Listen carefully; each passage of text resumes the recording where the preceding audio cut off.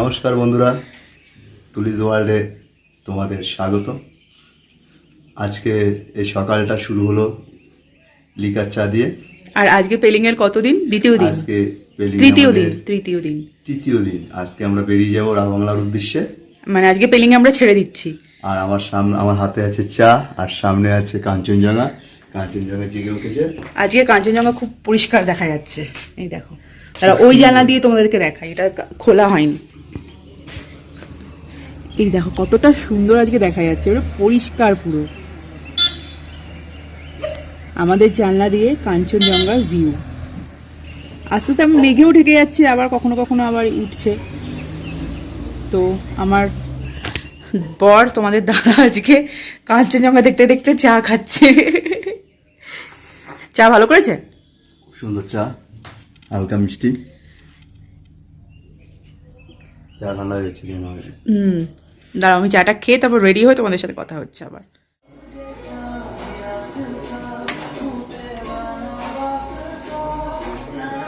আগে ডিম খাচ্ছ?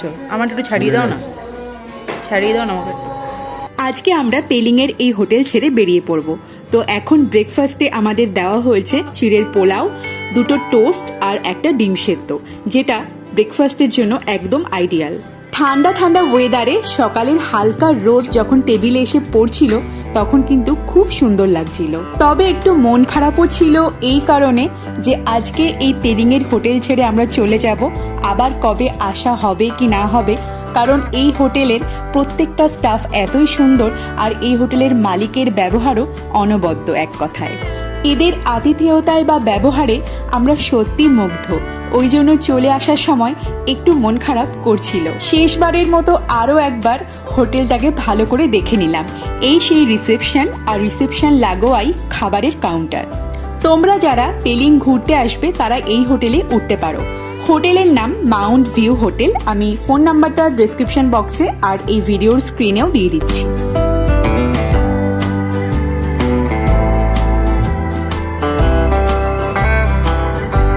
ব্রেকফাস্ট করে রেডি হয়ে লাগেজপত্র নিয়ে আমরা বেরিয়ে পড়েছি সকাল 9টার সময়। আজকে পেলিংয়ের আরও 2টো জায়গা কভার করে তারপর আমরা পৌঁছাবো রাভাংলায়। রাভাংলায় পৌঁছে আমরা দেখব বুদ্ধ পার্ক। যেহেতু গতকাল অনেক জায়গা ঘুরতে ঘুরতে আমাদের সময় পেরিয়ে গেছিল, ওই জন্য আমরা 2টো জায়গা কভার করতে পারিনি। সেই 2টো জায়গায় দেখতে যাচ্ছি। আজকে দেখব পেলিংয়ের রিম্বি নদী আর অরেঞ্জ গার্ডেন, আর যাব হচ্ছে সিংসর ব্রিজ। সিংসর ব্রিজটা আমাদের এক্সট্রা টাকা পে করে দেখতে যেতে হচ্ছে। আমাদের সিংসর ব্রিজ নিয়ে গেছিলো, তার জন্য নিয়েছিল হচ্ছে 2000 টাকা। তো এইটা আমাদের ট্যুর প্ল্যানের মধ্যে ছিল না, যেহেতু ওই জন্য সিংসর ব্রিজটা আমরা এক্সট্রা পে করে তারপর দেখতে গেছি। দেখো, দেখতে দেখতেই চলে এসেছি রিম্বি অরেঞ্জ গার্ডেনের সামনে, যেখান দিয়ে বয়ে চলেছে রিম্বি নদী, আর তার পাশেই কমলা লেবুর বাগান। আচ্ছা, পেলিংয়ের কোন কোন জায়গা আমরা দেখেছি সেই ভিডিওগুলো অলরেডি আমার চ্যানেলে আপলোড করা হয়ে গেছে, তোমরা চেক করে নিও। আর ডিসক্রিপশন বক্সেও আমি ভিডিওর লিঙ্কগুলো দিয়ে দেবো। আর পেলিং ভ্রমণ নিয়েও যদি তোমাদের কিছু কোয়ারিজ থাকে, সেটাও আমাকে কমেন্ট করে জানাতে পারো, আমি অবশ্যই কমেন্টে রিপ্লাই করব। 4 দিনের ট্যুরে আমাদের যে ড্রাইভার ছিল, সেই ড্রাইভারের নাম্বারটাও আমি ডেসক্রিপশন বক্সে দিয়ে দেবো, তোমরা চেক করে নিও। আর তোমাদের পেলিং, রাভাংলা, নামচির এই ট্রাভেল ব্লগগুলো কেমন লাগছে সেটা অবশ্যই আমাকে কমেন্ট করে জানিও। ভিডিওটা ভালো লাগলে একটা লাইক করে চ্যানেলটাকে সাবস্ক্রাইব করে দিও। পেলিং থেকে মাত্র 13 কিলোমিটার দূরে এই রিম্বি অরেঞ্জ গার্ডেন অবস্থিত, যেটা কিন্তু খুবই সুন্দর। আর এর একদম কাছে রয়েছে রিম্বি ওয়াটারফলস, যেটা কিনা 1 কিলোমিটার দূরে অবস্থিত। তোমরা এই রিম্বি অরেঞ্জ গার্ডেন আসলে রিম্বি ওয়াটারফলসও দেখতে পারো। আমরা যখন গেছিলাম তখন রিম্বি ওয়াটারফলসে খুব একটা জল ছিল না, একদম সরু নলে জল পড়ছিল, তো আমরা ওটা দেখিনি আর তোমাদেরকেও দেখাইনি। তোমরা যদি বর্ষাকালে আসো তাহলে এই রিম্বি ওয়াটারফলস দারুণ লাগবে তোমাদের। দেখো, রিম্বি অরেঞ্জ গার্ডেনে ঢুকতেই আমাদের সামনে কমলা লেবুর কত সুন্দর আর কত বড় একটা গাছ, যেখানে কত কমলা লেবু রয়েছে। আমরা এক্সপেক্টই করিনি যে এত এত কমলা লেবু আমরা দেখতে পাবো, কারণ আমরা গেছিলাম অফ সিজনে। সেই সিজনে কমলা লেবু হয় না, কিন্তু আমাদের লাক ভালো যে আমরা কমলা লেবু দেখতে পেয়েছি, তাও এত এত। সেই কোন ছোটবেলায় দার্জিলিং এসে কমলালেবুর গাছ দেখেছিলাম, তাও সেই স্মৃতিতে অনেক অনেক ধুলো পড়ে গেছিল। কিন্তু আজকে এই কমলালেবুর গাছ দেখে সেই স্মৃতি আবারও ভেসে উঠল মনের মণিকোঠায়। চারিদিকে সবুজ পাহাড় আর জঙ্গলে ঘেরা এই ছোট্ট অরেঞ্জ গার্ডেন, যার নিচ দিয়ে বয়ে চলেছে রিম্বি নদী। অরেঞ্জ গার্ডেনের সামনেই যখন গাড়ি এসে থেমেছিল, এই নিচ দিয়ে রিম্বি নদীর আওয়াজ খুব সুন্দর লাগছিল। তো নিচে এসে যখন দেখলাম তখন তো মন সত্যি ভরে গেল। রিম্বি অরেঞ্জ গার্ডেন খোলা থাকে সকাল 8টা থেকে বিকেল 6টা পর্যন্ত, আর এটার এন্ট্রি ফি হচ্ছে 20 টাকা পার পার্সন। এই রিম্বি নদীর পাশেই কিন্তু রয়েছে অনেক খাবারের দোকান। সেখান থেকে তোমরা পাকোড়া, ম্যাগি, ওয়াই স্যুপ বা কমলা লেবুর জুসের গ্লাস হাতে নিয়েও এই রিম্বি নদীর সৌন্দর্য উপভোগ করতে পারো।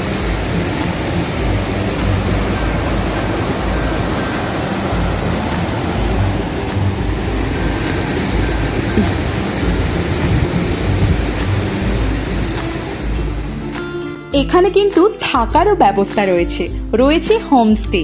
এই হোমস্টেতে 1 দিন বা 2 দিন থেকে এই রিম্বি নদীর সৌন্দর্য আরো ভালোভাবে উপভোগ করতেই পারো।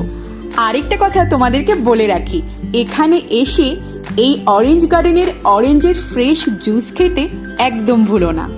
এখানে রয়েছে ছোট্ট একটা রেস্টুরেন্ট, তোমাদের যদি খিদে পায় সেই রেস্টুরেন্টে বসে তোমরা খেয়ে নিতে পারো।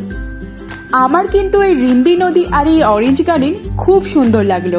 কিছুটা সময় এখানে কাটিয়ে তারপর আমরা চললাম সিংসর ব্রিজের উদ্দেশ্যে।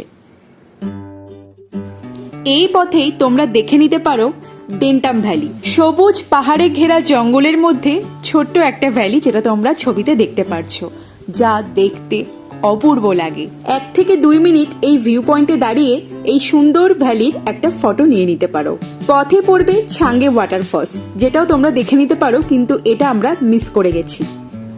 সিংসর ব্রিজ পৌঁছাতে আমাদের বেশ খানিকটা সময় লেগে গেছে, ওই ধরো 1 থেকে 1.5 ঘন্টা মতো। মেইন রাস্তা বন্ধ থাকার জন্য আমাদের এতটা সময় লেগে গেল, না হলে মোটামুটি 45 থেকে 1 ঘন্টার মধ্যে আমরা পৌঁছে যেতাম, যেখানে আমাদের আরো এক্সট্রা আধ ঘন্টা সময় বা আরো 45 মিনিট সময় বেশি লেগেছে। আর যে রাস্তাটা দিয়ে আমাদের যেতে হয়েছে সেই রাস্তাটা ছিল খুবই খারাপ, চারিদিকে হচ্ছিল রাস্তার কাজ, তার উপর এই নুড়ি পাথর এলাকার রাস্তা, বোঝোই যে কতটা কষ্ট হয়েছে। তো যেতে আমাদের অনেকটাই কষ্ট হয়েছে, কারণ রাস্তা খুব খুব খারাপ ছিল। কিন্তু আমাদের সাথে যে ড্রাইভার ছিল সে খুবই ভালো ছেলে ছিল আর খুবই ভালো গাড়ি চালায়, যার জন্য একটু কষ্ট আমাদের লাঘব হয়েছে বইকি। তার উপর এই পাহাড়ের নৈসর্গিক সৌন্দর্য তো আছেই, সেই সৌন্দর্য দেখতে দেখতে কখন যেন পৌঁছে গেলাম সিংসর ব্রিজের সামনে।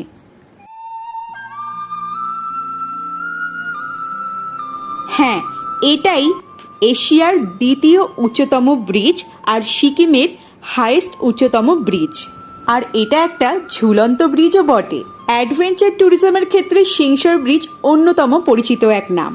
পাহাড়ের কোলে এই সুদীর্ঘ উচ্চ ব্রিজে হাঁটার অভিজ্ঞতাই এই ভ্রমণ পিপাসুদের কাছে গায়ে কাটা দেওয়ার অনুভূতি সৃষ্টি করে। সবুজে ঘেরা পাহাড়, ঘন উপত্যকা, বরফে ঢাকা হিমালয়, এই সব মিলিয়ে একটা প্যানোরামিক ফ্রেম সবটাই ধরা পড়ে এই ব্রিজের উপর দাঁড়ালে। আর আকাশ পরিষ্কার থাকলে তো কোনো কথাই নেই।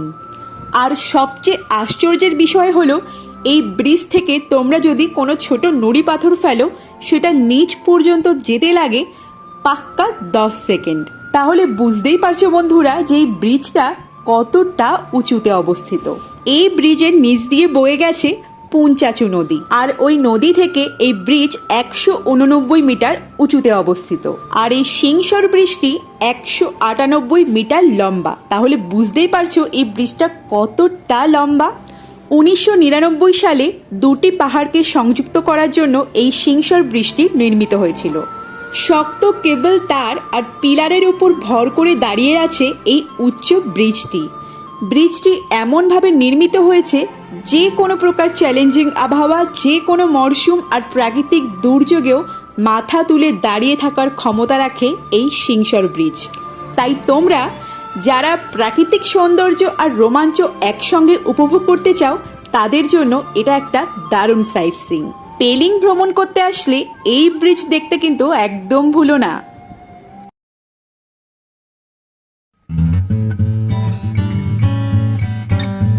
সিংসর ব্রিজ দেখে আমরা বেরিয়ে পড়লাম রাভাংলার উদ্দেশ্যে, যেখানে গিয়ে আমরা দেখব বিখ্যাত আর সেই পরিচিত বুদ্ধ পার্ক। যেতে যেতে এইখানে গাড়ি দাঁড় করালাম। অসাধারণ এই ভিউ পয়েন্টটা দেখে মন একদম ভালো হয়ে গেল। যেতে যেতে এরকম অসংখ্য ভিউ পয়েন্ট পড়বে, গাড়ি দাঁড় করিয়ে সেই প্রাকৃতিক সৌন্দর্যকে দু চোখ ভরে দেখে নিতে কিন্তু একদম মিস করবে না। এমনিও গাড়িতে যেতে যেতে তোমরা অসংখ্য এরকম পাহাড়ি সৌন্দর্যের মুখোমুখি হবে। এর মধ্যেই কিছু কিছু জায়গা এতটাই অসাধারণ সুন্দর যে তোমাদেরকে মুগ্ধ করবে।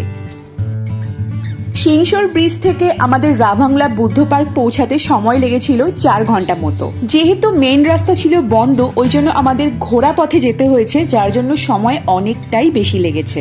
যখন আমরা রাভাংলা পৌঁছালাম তখন ঘড়িতে বাজে 3টে থেকে 3:30 মতো। আমাদের হাতে সময় ছিল খুব কম, 1 থেকে 1.5 ঘন্টার মধ্যে আমাদের পুরো পার্কটা কভার করতে হবে, কারণ 5টার সময় এই পার্কটা বন্ধ হয়ে যায়। আর এই পার্কটা কিন্তু বেশ বড়। আর আমরা যখন এসে পৌঁছালাম তখন আকাশে ঘন কালো মেঘ। আর যারা এখানে এসেছো তারা জানো যে এই রাভাংলা একবার মেঘে ঢাকে আরেকবার সরে যায়।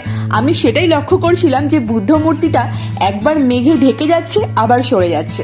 তো আমরা এখন কেটে নেব টিকিট, আর এখানে টিকিটের মূল্য পার হেড 80 টাকা। আর এই পার্ক খোলা ও বন্ধের নতুন নিয়ম চালু হয়েছে, যেটা আগে ছিল 8টা থেকে 5টা পর্যন্ত খোলা থাকতো, এখন সেটা হয়েছে 9টার সময় পার্কটা খোলে আর 6টার সময় বন্ধ হয়। ওই জন্য হাতে আমাদের টাইম ছিল যথেষ্ট ঘোরার জন্য।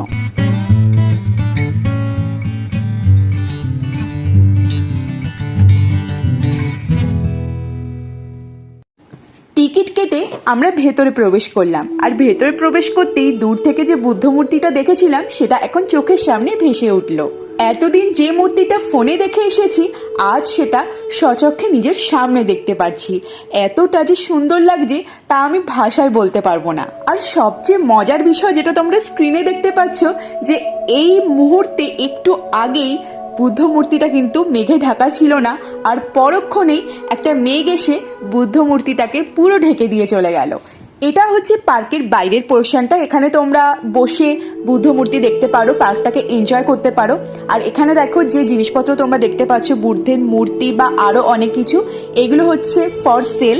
তোমরা এখান থেকে কিনতে পারো, দামটা আমি জিজ্ঞাসা করিনি। তোমরা যদি কিনতে ইচ্ছুক হও তাহলে অবশ্যই এখান থেকে কিনতে পারো।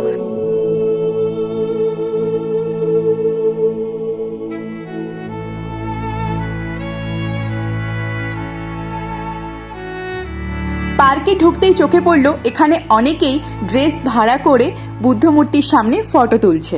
আমার কিন্তু এদিকে বেশি চোখ ছিল না, আমার চোখ ছিল সামনের বুদ্ধ মূর্তির দিকে আর চারিদিকে এই ভেসে বেড়ানো মেঘের দিকে। মনে হচ্ছে হাতের কাছেই মেঘ, মেঘকে ছুঁতে পারছি আমি। বাড়িতে ছাদের ওপর থেকে আকাশের দিকে তাকালে যে মেঘগুলো আমি দেখতে পেতাম, আজ সেগুলো হাতের মুঠোয়। কি বিস্ময়কর যে আনন্দ লাগছিল সে কেবল আমি বুঝতে পারছি, আর যারা এখানে গেছে তারা বুঝতে পারছো। রাভাংলার এই বুদ্ধ পার্ক তথাগত শাল নামেও পরিচিত। 2006 সাল থেকে 2013 সালের মধ্যে এই পার্ক নির্মিত করা হয়েছিল। দুপুরের আলোতে এই রাভাংলা বুদ্ধ পার্কের এক রূপ, আর বিকেলের আলোতে রাভাংলা বুদ্ধ পার্কের আরেক রূপ। আর এখানে মেঘ বৃষ্টির খেলা তো চলতেই থাকে। দুপাশে পাইন ঘেরা সরু রাস্তার মধ্যে দিয়ে আমরা এসে পৌঁছেছি একদম বুদ্ধ মূর্তির সামনে। এই 130 ফুট বুদ্ধ মূর্তির নিচেই রয়েছে ছোট্ট একটা মনেস্ট্রি। তোমরা এর ভেতরে গিয়ে গৌতম বুদ্ধের নানা অজানা কাহিনী জানতে পারবে। যেহেতু ভেতরে কোনো ফটোগ্রাফি বা ভিডিওগ্রাফি করার অনুমতি নেই, ওই জন্য আমরা তোমাদেরকে ভেতরে কি আছে সেটা দেখাতে পারলাম না। তোমরা এখানে আসলে অবশ্যই ভেতরে যেও। পুরো বুদ্ধ পার্কটা কিন্তু বেশ বড়, ওই জন্য এখানে একটা ছোট গাড়ির মতো ব্যবস্থাও করা আছে বৃদ্ধ বা শিশুদের জন্য।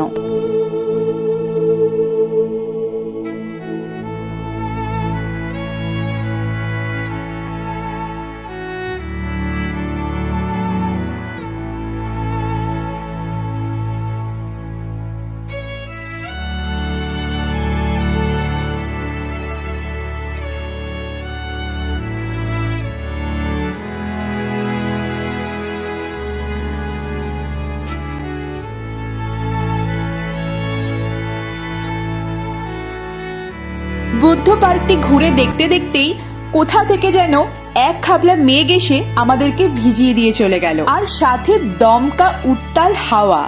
সে এক নৈসর্গিক অনুভূতি, মনে হচ্ছে মেঘের মধ্যে দিয়ে আমরা উড়ছি। আর হাতে নাগালে থাকা বুদ্ধ মূর্তি তো দেখতেই পারছি না, সেটা মেঘের আড়ালে কখন যেন লুকিয়ে গেছে।